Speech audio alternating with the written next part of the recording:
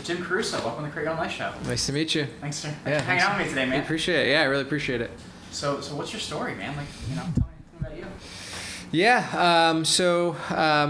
Background is building companies on, I think a vein of entrepreneurship, whether those have been my own companies or participating in startups. Sure.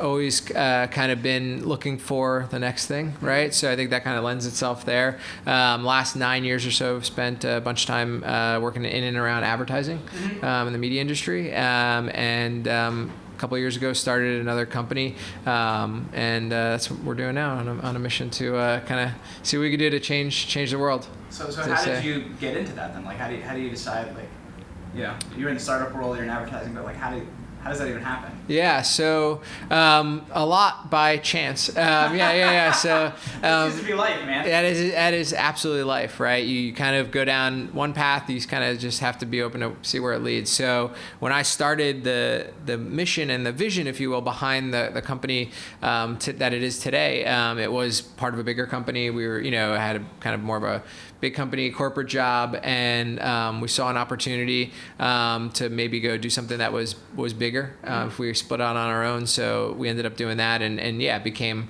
a very different animal than it started out as. So did you always, I guess, seek to do what you're doing now, or what's I guess been your intention that's led you here? Yeah, I think it goes back to that idea of I like to work a lot, and that kind of lends itself to not just the 9-to-5 type thing. So I think there's that element.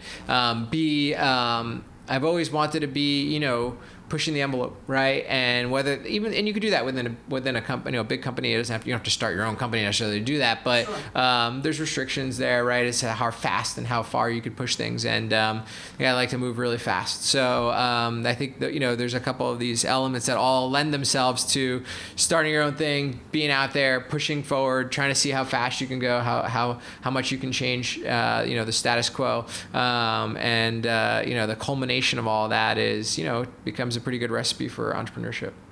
Well, I guess even bringing it back to the beginning, I'm trying to figure out like how did you even start? Yeah, like, sure. That's a great. Yeah, from? For sure. So I think go way back. I think there's two things. Sure. One is I spent I think the better part of my weekends when I was young, 3, 4, 5, in the backseat of my dad's car as my mom and dad drove around. My dad started a software company, and he was doing that.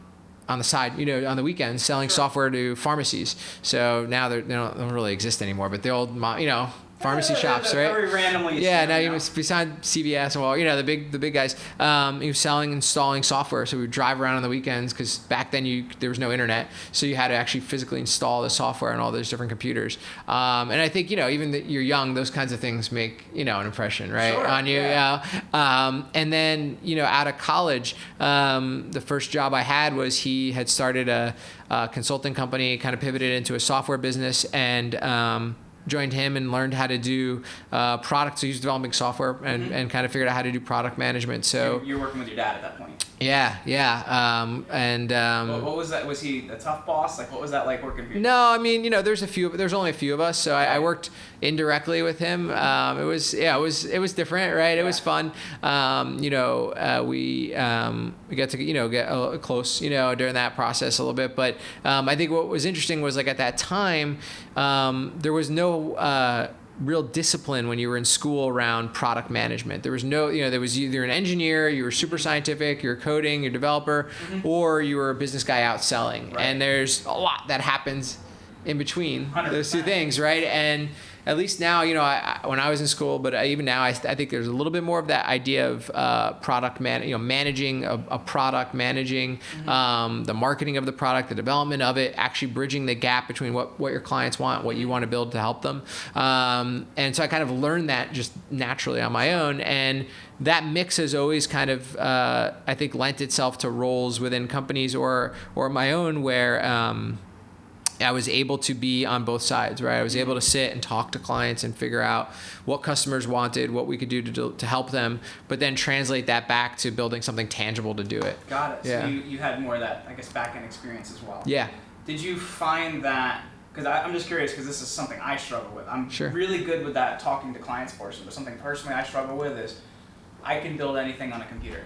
So Yeah. like I sometimes struggle with getting too much into the intricacies of it. Like, Yeah. do you find that slows you down at times? Like the fact that you know how to do a lot of the stuff? Well, yeah, I think that's where that is the role of a product manager, right? Is to be that buffer, Yeah. and not, you give an engineer a problem, he'll solve, right? Yeah, He'll yeah. solve it 100 ways from Tuesday. To your point, right? Like that is not the issue. Like the issue is knowing where to start and when to stop. Right. Yeah, and so I think that's where I focus more of my energy right on that of reining it in as opposed to kind of, because I think that ends up being where a lot of the challenge lies. So in terms of like managing that relationship, like how do you monitor that? Like how do you look like what's enough and what's too much?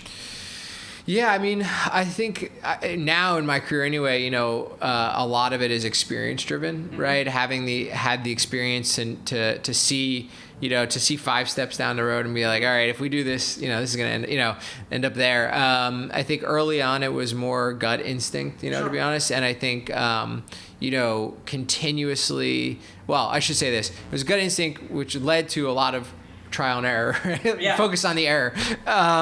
Building stuff and then having people never use it. Right. The first couple of times I did this, and whether I was working in a company or on my own, going to your point so far down the road, building stuff and then having people never use it, never pay for it. That experience is a really good teaching moment, right?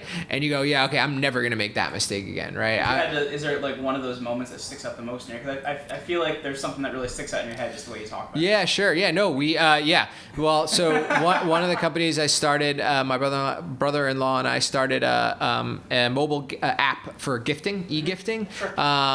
Then, and you could tell there's no real big mobile e-gifting apps out there, so you could tell how well we went in the industry as a whole. But, and that was the thing, right? We raised a bunch of money. We spent a lot of that money on developing tools and features and into the platform that, never saw the light of day, right? And so, when you're trying to start the company, it's even more imperative. But B, just having that lesson, that sticks with you. Yeah. Right. Yeah.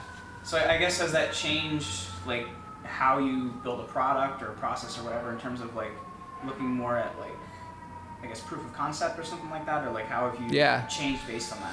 Yeah, very iterative development, right? I think the 2 words that come to mind are customer driven and extremely iterative. So, sure. There, I see it. Yep. Start that forward. Sure. I'll let it go. Go for that again because I'm not gonna be able to hear you. Yeah. Okay. Good. We're good.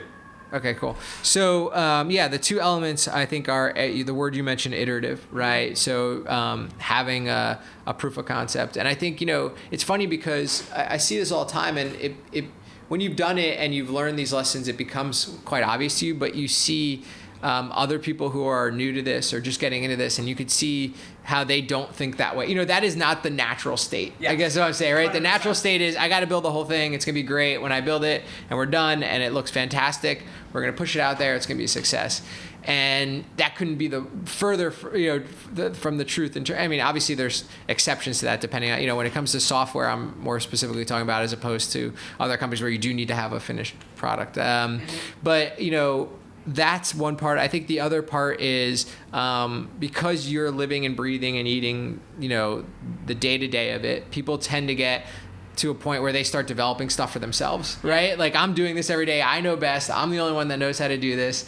I know it needs to go in here and I'm going to build it, and you go, well, yeah, but you're not paying for it. I'm actually paying you to develop it. So how do you balance that out then? Because I feel like a lot of people do that. They're like, I've seen people on Shark Tank that they build this thing that's the most perfect thing, and the sharks are like, nobody needs that. Yeah. So like, how do you balance that out then to make sure like there is going to be that use case? Yeah, I think it's hard in the respect that you have to be okay with being told. Not no, but like you're not going to be, you don't want to be, but you're also, the inherent side of not being ahead of the market is being behind it a little bit. You know what I mean? So you have to be prepared to be able to go in front of clients, but yeah, listen, that is what you mentioned that you need, that is the goal. We don't have that yet. Yeah. Right. But that's an uncomfortable, conversation for a lot of people, but it's far better than, oh, well, we don't have that, but we built these 3 things. And they go, yeah, but I don't don't need any of those, right? So, but that's a scary thing to do. So I think, that is, I don't know if I'm answering how, but that's kind of the lens of. It makes sense. Yeah. I guess to your story, this is a little bit off to the side, but we ordered pizza from our favorite pizza place the other day. Sure. And we order it, and I get there, and the woman's cooking something on the stove. I'm like, what are you doing? She's like, it's the franchise sauce for your pizza. I'm like, what are you talking about? I ordered chicken franchise pizza. So she grabs the waitress, and she goes, oh, I couldn't figure out how to enter the fact that you want chicken bacon ranch pizza in the computer, so I just gave you something else with chicken. I'm like, no, that's not how it works. You give somebody what they need. Right. So I think, like, even with what you're talking about, like, you have to give the consumer what they want, what they need, or you're not going to be around very long. Yeah, no, and that the last sentence that you said is literally the example of why and how we started the company Apollo, right? The Apollo program, my company. Well, let's take a look at that. Yeah. Because you're in the advertising space. I feel like right now that is probably the fastest changing space. Yeah. Like if you had to look at it with any other space, like I feel like Facebook specifically changes their algorithm like weekly. Right. Even they just changed the whole back end on ads. So it's like advertising. I feel like it's just changing so fast. So tell us a bit about Apollo and how you're actually keeping up with that changing pace. Yeah, sure. So I think you're right. I think that's largely because advertising is not the byproduct of, but it is this interrelated thing connected to media and content, and those two things are absolutely changing the fastest, right? Yeah. When you go from big movie studios, spending millions of dollars to Facebook, Amazon, Apple, spending, $15 billion on content, like these insane amounts of money. But I think the interesting part of that though is like I think Netflix hasn't even turned a profit yet though, right? Right. Well, no, and not only that, but they don't do advertising, right? Right. But regardless of that, all of that is disrupting the ecosystem, which inherently impacts the advertising ecosystem. Sure. And then you've got, to your point, Facebook, Amazon, and Google, who are also taking 80% of the market in advertising. It's digital marketing itself. So all of those things combined, are causing an extreme amount of change. The company was founded around this principle, right, of creating more relevant, meaningful connections with consumers, helping to inform brands how to do that by actually figuring out what people want, what they care about, what they're doing, and how they're doing it. So we built a technology platform that mines observable consumer behavior as opposed to self-reported data, and does so in a very responsibly focused, a privacy-first approach. So anonymized data, not using any information that could relate to people's identity, and sourcing that data from places that clearly disclose that you're gathering that information. All of that lends itself to a world that is inherently, more fragmented. People's time is, if you look at kind of the graph, the two waves of people spending more time than ever online, and then people doing it in more places than ever. Yeah. Right? And those two things kind of bisecting one another, which leads to it's a lot harder to reach people. Yeah. And at the same time, people's expectations are that you are going to reach them, and if you are spending money or time to put an ad or a piece of content or whatever it is in front of them, that is going to be relevant and interesting to them, right? And that expectation is radically shifted. I think the consumer also doesn't quite get it as well. They're like, all right, if I get in front of X number of people, they're going to convert at this number, and it's just not that way anymore because they're getting bombarded with so many messages. Yeah, that's exactly right. I think that's way over the head of most consumers. Because I think business owners just don't quite get it a lot of times. It's changed so much. Yeah, it used to be you put stuff in the. I describe it. You put X amount of money in the top of the funnel, something drops out of the bottom, and you just optimize that equation. Correct. Right. That doesn't work. It just doesn't. It doesn't anymore. Right? Yeah, absolutely not. And it's also not only is it not a linear path. Like most people would like it to be, right? I find out about something, I research it, I buy it. You've now introduced, to your point, that the chaos of I'm interested in getting something, and now I have 10,000 options that I could choose from as opposed to 3. So all of that kind of disrupts the traditional ways that marketers approach things like a purchase funnel and a consumer journey. All of those things now become not only I think disrupted from the sense of not being linear, but also disrupted in the sense of just the whole model behind it changing, right? And needing to think about people and how to communicate with them completely differently, both from a messaging standpoint as well as a media standpoint, where to do it and when to do it. So how do you guys fit in with this then? You're collecting. I like the fact that you mentioned you're collecting the actual behaviors as opposed to reported behavior. Because if you ask consumers, they don't know what they actually do. Yeah. I spend a few minutes on my phone a day. It's a couple hours. Yeah. So it's really yeah. Really I love eating healthy. I eat salads at McDonald's, right? Or yeah, whatever it is. salads at McDonald's with that chicken loaf. Yeah, with the chicken sauce. Yeah. So then how do you guys fit in this equation then? If you're gathering a lot of data, so you can like actually what's happening. So how do you fit in this new marketing equation? Yeah, so the idea is by figuring out where people spend their time, what they're doing when they're reading content, so very, very granular level, aggregating that across the behaviors of millions of people, you can start to, and this is a balance of what I call, science and storytelling, right? So there's the data side of it and the algorithm side, and then there's the storytelling side, which is if I have all this information, I now know all this about people, I can then use that data to interpret and tell stories or create stories that are going to be more relevant to them. So we sit at literally the nexus of those two things, mining all this data, building technology to do that better, faster, smarter, and then translating that into marketing strategy. So giving a brand or giving our clients, arming them with the knowledge of how to build better marketing programs and seeing those through to execution. Because I feel like it's so much more story-driven now. Like it's like the consumer doesn't want to read marketing copy anymore. Yeah. They're so...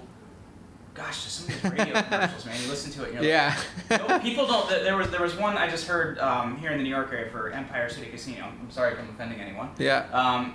People don't talk like that. They're like, man, am I so glad that there's a casino inside the city I can go to. Like, who's listening to that commercial saying, man, I want to go there? Yeah. So, like, how do you, I guess, balance out good content and storytelling to really actually connect with the person? Well, I think that's what the data allows us to do, because instead of, to your point, it doesn't matter who the example is, but I don't want to get in trouble here, but whatever the example is of, like, I don't really know much about what these people care about. Let me just write something that I think is going to be interesting to them.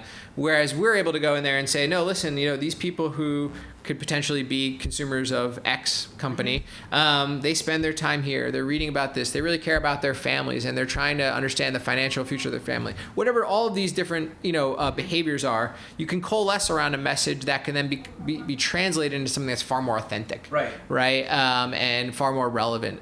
So that is, I think that's what the data allows you to do, is to move away from those things and move to a more relevant thing. That said, it's still hard because however poor that commercial or whatever commercial is, it costs money, right, to produce and to buy the media against, so you still have to have this lens of, I can't go from 2 commercials that are trying to speak to 20 million people to 200 commercials trying to, you have to meet somewhere in the middle, right? So what we try to do is kind of understand those limitations and say, yeah, listen, there may be, instead of 2 versions, maybe we need 20, not 2,000, but 20, and you have to make it manageable. Because I think you could swing so far to the other side, which is, okay, now that we know everything about everyone, I'm going to make 10 million pieces of and that all sounds good on paper. It's not manageable. It's not manageable. Yeah, exactly. You don't have the right ad spend, and you're just kind of. It's just completely unwieldy. Yeah. So that's the danger of going so far, I think, to the other side. Do you find at times that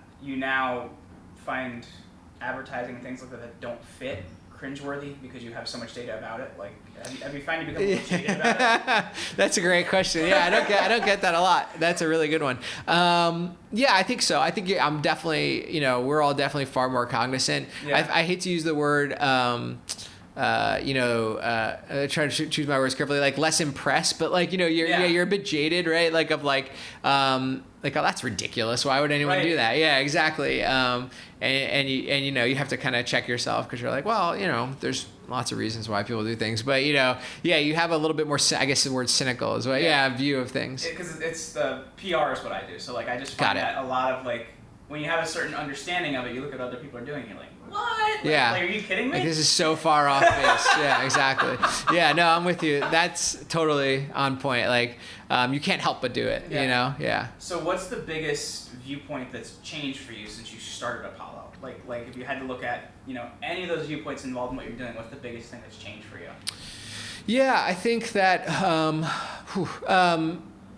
there's a lot of change. It's a lot of change. So I think that almost that is the big thing, has been, of all the stuff that's going on out there, you start to get so deep into all of the assumptions that go into things.